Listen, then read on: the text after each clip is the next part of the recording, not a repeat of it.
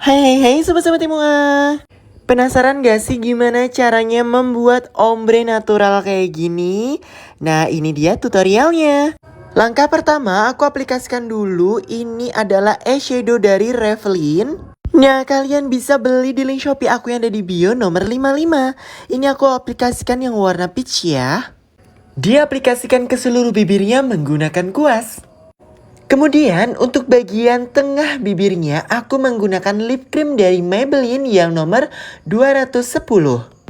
Kalian juga bisa beli di link Shopee aku yang ada di bio nomor 104. Ini tuh warnanya orange bagus banget, natural gitu loh. Kemudian bisa di blend menggunakan cotton bud ataupun kuas.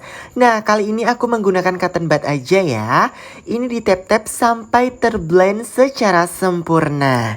Nah kalau sudah terblend aku lanjut aplikasikan lip gloss. Ini lip glossnya aku pakai dari merek Vocalour yang warnanya bening ya teman-teman, atau shade clear. Kalian bisa beli di link Shopee aku nomor 101. Dan ini hasilnya, semoga membantu ya teman-teman.